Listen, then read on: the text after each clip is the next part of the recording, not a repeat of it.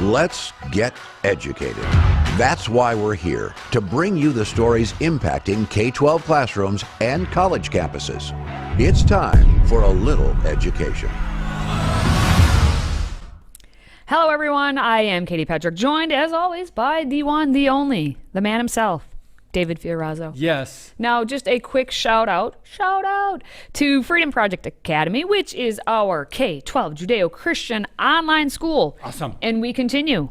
We've been rolling through this spring, and we're going to continue all summer long to enroll students for this upcoming fall. And we want you to request your free packet of information to learn more about the school by visiting freedomforschool.com. That's freedomforschool.com. And of course, you just let them know when you go there and request your free packet that educated are the people who sent you.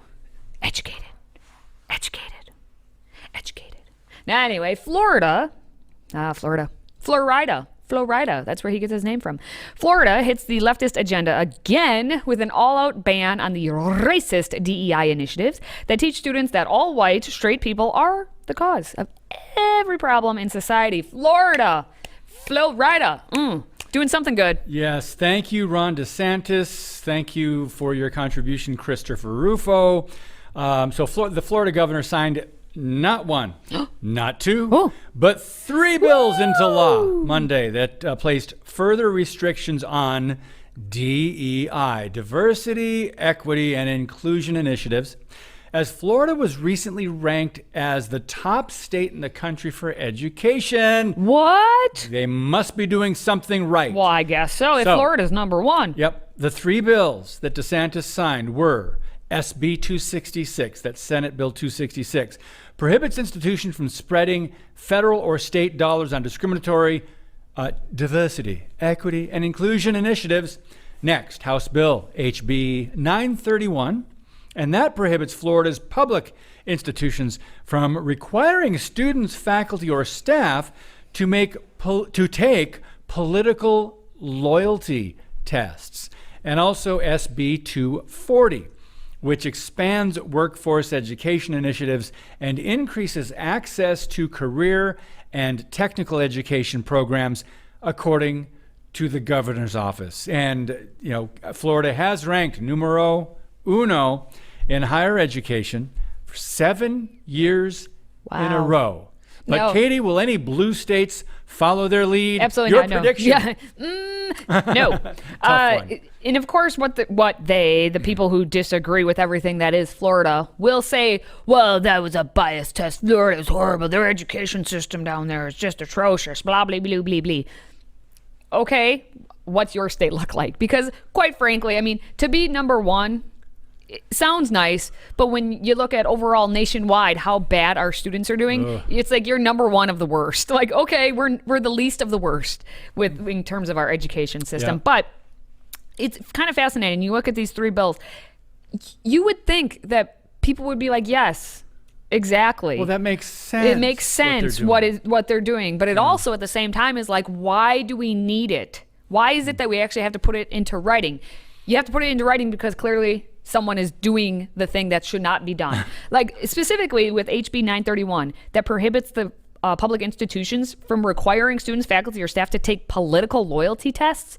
Who's doing that they have to? Clearly they had to make a rule. Right. So you would actually think this is a benefit to people on the left. Because if they had to take this political loyalty test, it would show how just way far left they are, and maybe then they wouldn't get hired or something else would happen. So it's actually kind of a benefit to them. It should remain neutral. You should not have to take political loyalty tests left, right, or center. Like you should not have to do that, especially students, but also faculty, staff, any of you. Like it should be unbiased, if you will, in that sense. Well, we have words from the great Alex Newman's own governor in Florida, DeSantis. Go ahead.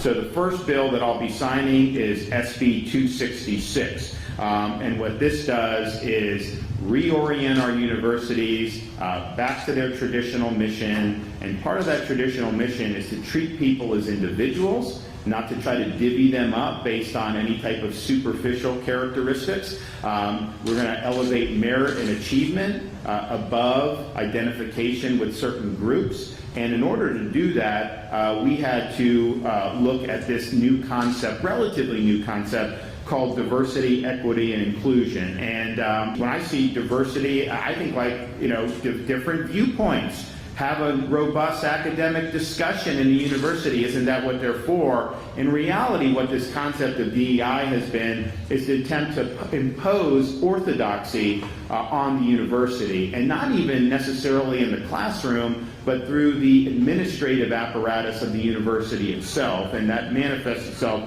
in a number of different ways. But this has basically been used as a veneer to impose an ideological agenda. And that is wrong. And in fact, if you look at the way this has actually been implemented across the country, DEI is better viewed as standing for discrimination, exclusion, and indoctrination. And that has no place in our public institutions.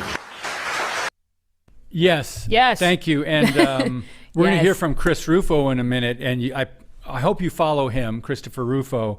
SB 266 is one that garnered the most attention because it directly goes after woke ideologies in higher education, cutting off funding for initiatives that promote dangerous political and social activism, such as DEI initiatives, which Governor DeSantis rightly said, it's happening across the country. And finally, some governors and some universities are dealing with it. But if we have time, we'll talk about this when we come back. But let's watch the Chris Rufo video. The latest iteration of this political development was the explosion in 2020 of DEI programs. And as legislators were contemplating the bill to abolish them, I did a series of investigative reports of 5 Florida's public universities.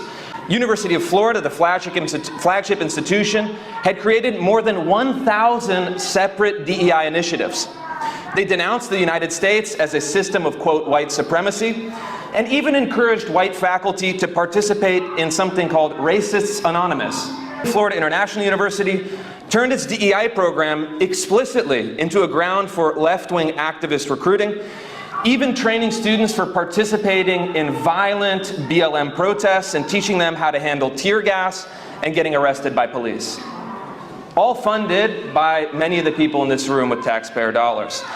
This legislation that will be signed momentarily will immediately abolish all of these programs. Done. By the way, that's one university in Florida, over 1,000, did he say that? Over 1,000 DEI initiatives. And if you heard the yelling in the background, if you watch the whole video, those are protesters, left-wing activists out there trying to, shout their opposition to what they're doing. And there's nothing that annoys them more than having, especially a white, cisgender, male, Christian, I assume, they're just standing up there and just kind of mocking them at the beginning of the video and just spouting off facts because it burns them. They hate truth, every they time hate a facts. fact gets spoken, they get seared a little bit there. It's, that one hurt. Yeah, so Christopher Rufo, we've mentioned him, I don't even know, umpteen times on this show. He's actually from Seattle, and he went down to Florida and spoke on behalf, of the Floridians. But he has done a lot of work. Extensive research on this. Looking into what is happening throughout the school systems across the nation. So thank you, Christopher Rufo. Yes.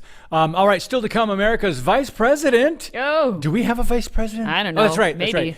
Gets roasted after making a ridiculous statement about the importance of teaching women's history in school while claiming anyone can identify as a woman. Stay tuned for some Kamala. Today's episode is brought to you by FreedomProject Academy. Take back your kids' education. FPA's fully accredited classical curriculum provides live, on-demand, and homeschool courses built on Judeo-Christian values. Request your information packet and save 10% on tuition by visiting freedomforschool.com. That's freedom, F-O-R, school.com.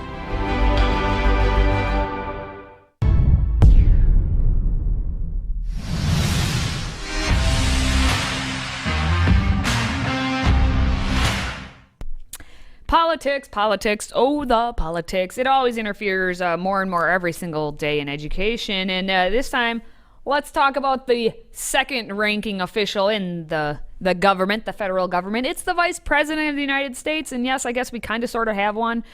Her name is Kamala Harris, who is vice president. And last week she said some things. And if you've ever listened to... She said some things. ...to Kamala Harris speak, it's kind of like listening to the president. You're not really sure what you're going to get. Huh.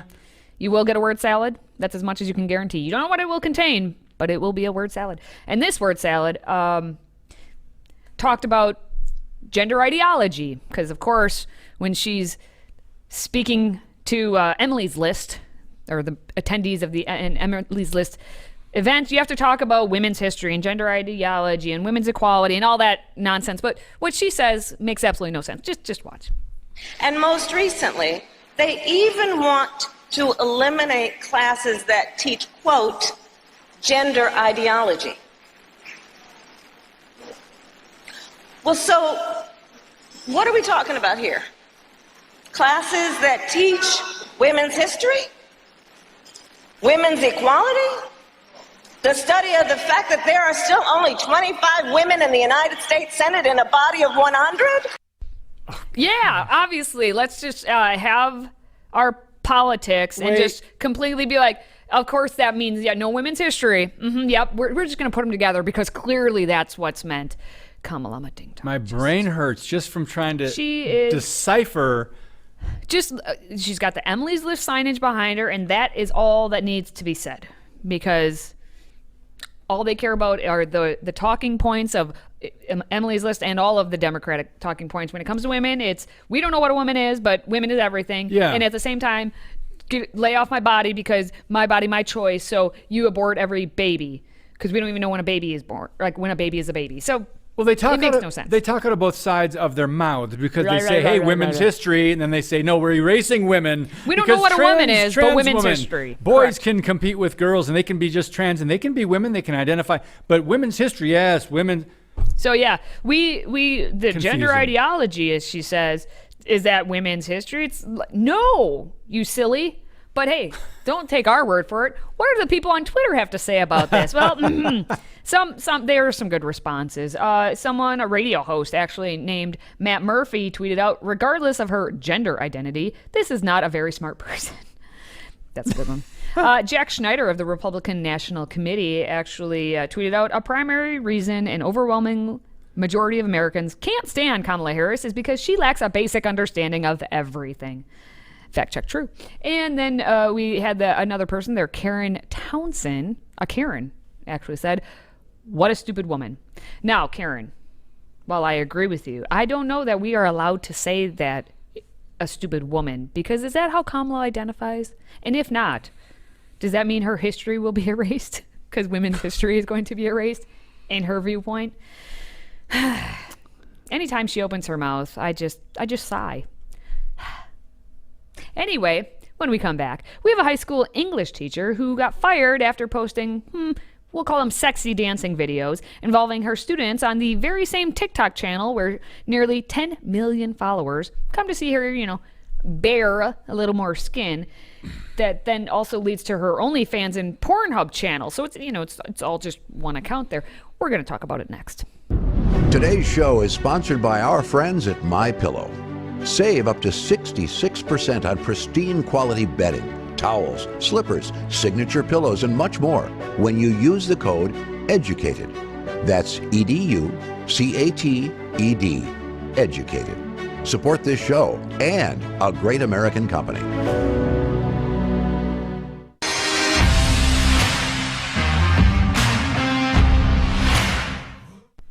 TikTok should be banned. But on to the next story. We have a dance-loving educator who has reportedly been fired from her position all because she performed sexy dances with her students and posted videos on TikTok. Now, of course, I'm being a little sarcastic here when I say she only performed sexy dances for her students and then posted videos on TikTok. Now, Sibeli Ferraria, I don't even know how to pronounce her name. And I'm sure right now you're not even looking at her name. So, based on if you're watching us here, you're looking at something else. So she's a teacher. She was a teacher. She's Brazilian, and she's taught English all around the world. And her most recent class was being taught at an unnamed language school. Apparently they're not naming it, but in a bid to engage her students, she began dancing with her pupils in the classroom. She has said that one of my students invited me to dance with him, and the class really enjoyed the interaction. Ooh. After that, the other students began to ask questions too, and I took advantage of the interaction and interest of the students to apply my classes with more quality because the students are more interested and excited. I know how difficult it is for younger students to focus their attention on teaching versus social networks and technology. I can take advantage of their interest and bring them closer to teaching. Now, we're going to show you this in action. If you have young children, maybe you don't want... I mean, I guess this was being done in front of the high schoolers. So in the classroom. In the classroom. public so school. I guess it's your choice, Mom and Dad, if you want anyone to see this. Go ahead. Just go ahead.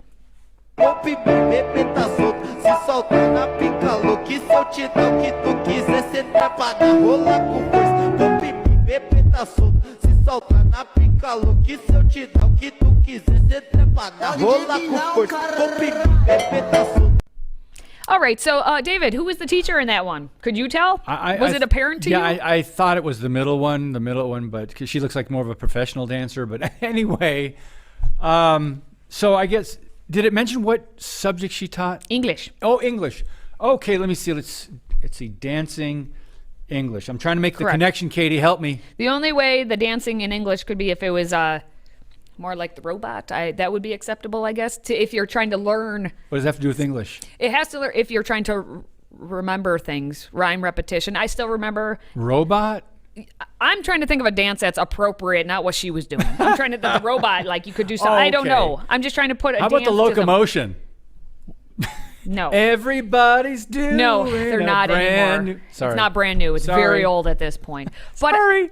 Side note, in junior high English, I remember my English teacher would say, "Buy my jewelry." And you're like, what does that even mean? But it was am, is, are, was, were to help us remember am, is, are, was, were. And he'd say, "Buy my jewelry," because it's 5. Am, is, are, was, were. Don't ask me, but it's like these little mnemonic devices and things to help you remember things. What she's doing, not the same, because she has been posting these videos of her classroom interactions along with videos of her after class activities on her social media. She has 9.7 million followers on TikTok and 1.2 million followers on her Instagram. And so, yeah, you may think, oh, cool, she's a teacher and she likes to interact with her students and dance and help them like learn English terminology.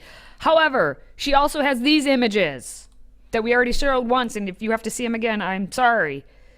She's posting all of these together, and so it got a mix of the videos of her being a young teacher. She's just a young teacher trying to survive. It is unclear when her various accounts were created, but along with her usual social media accounts, she has those several pages on erotic sites, including OnlyFans and Pornhub. And as she said, as an adult woman who needed extra income, I looked for other forms of monetization. My mother, for example, knows this and accepts it very well. Even every woman should feel free and fulfilled with her body. Okay, so let me ask you, first of all, where was this again? Where did it say where she was a teacher? It's an unnamed school. Okay, unnamed school. Well, yeah. My question, and I'm just, for lack of better words and playing devil's advocate, this is what the system supports and believes in. I don't understand why they would fire her. Well, could you make the argument that, well, this is why we need to pay our teachers more, so they don't have to go on OnlyFans? Well, they don't have to, but according to the Antichrist worldview, when you remove God, the Bible, Jesus, the 10 Commandments from the school system and from the culture, so you got that out of the schools, you can, if kind of anything goes now. If you're a teacher, why isn't she allowed to do that? So I know there are some educators that still want to teach old school teaching, and that's really learning critical thinking. And they'd say, well, that's inappropriate for the classroom. And I would agree heartily. But if you look at the modern understanding of what's allowed and what's appropriate, I mean, what's next? We shouldn't be surprised. We shouldn't be surprised. And in her own words, it makes sense. She says, the school gives me a safe and stable place. However, my content on social networks pays me much more. From a logic standpoint like that, then yeah, I could see in a society where morality is kind of like whatever and everything's out the window, Sure. We did It a makes similar sense. story like this about a month Yeah. ago, didn't we? Someone Yes. had their Yep. extracurricular, and they're making money Yep. as a dancer, I think. Yep, they're doing lots of things, and then the Yeah. teacher who is doing her dances in the school, and then it was for her OnlyFans. Yeah. Nothing new, but still to come. We have a high school student in Kentucky who's gone viral after making a special offer to fellow students that may be struggling in history class. Stay with us. If you have a smartphone, tablet, Roku, or Apple TV, consider downloading the Freedom Project Media app. It's 100% free and includes all of our weekly shows, plus lecture series, archive programs, and award-winning animated videos for families like the Presidential Minute, Battles of America, and Heroes of the West. Don't rely on the social media giants to keep you informed. Simply download the Freedom Project Media app from your app store and allow notifications. And we'll let you know when a new video is ready.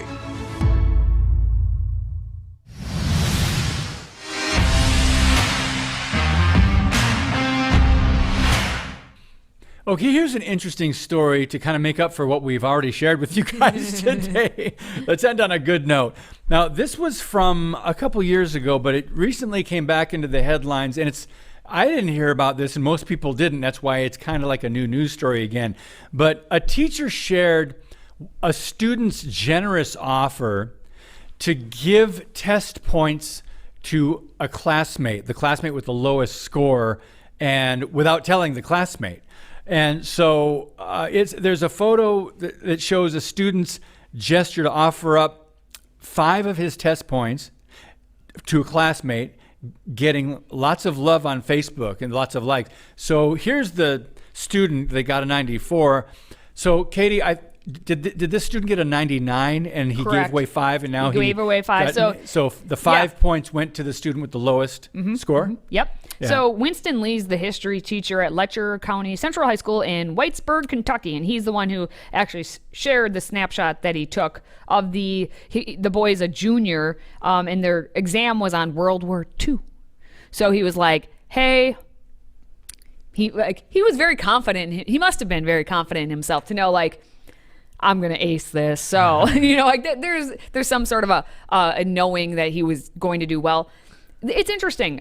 Some of the people, when you talk about this, should this have been done, David? Should he have been allowed to give points to the person who has the lowest score? Some people, when you're talking about, some say absolutely, some say no. That's just making it. There are so two sides. There are two sides to it. So that if you're the kid who did get the points, the student went from 58 points, who scored the lowest, to actually passing the test because of these 5 allotted points. And that student did not know that it was a female that she had received the 5 bonus points from and this didn't young fail. gentleman. Yeah, and didn't fail because, might have said, hey, you got 5 bonus points, but didn't know what student. And by the way, the post had 76,000 likes and 55,000 shares, and it revealed the note that this unnamed student, and you know what I like about this? It's not glorifying the student's not a hero. We don't know his name. We don't know who it was. So we don't know who it was. Yeah, that's and the student that received the 5 points, was really thankful. She doesn't know who gave the points, and it's an interesting story. But down at the bottom of the article, it says, I feel really great that it helped this student from 58 points to passing. We don't know what her situation may have been, and that's true. Yeah, so interesting. And this is always what happens when you give, right? You never know on the other side who's receiving it and how they're going to take it. You give something, money, time, effort, something to someone else.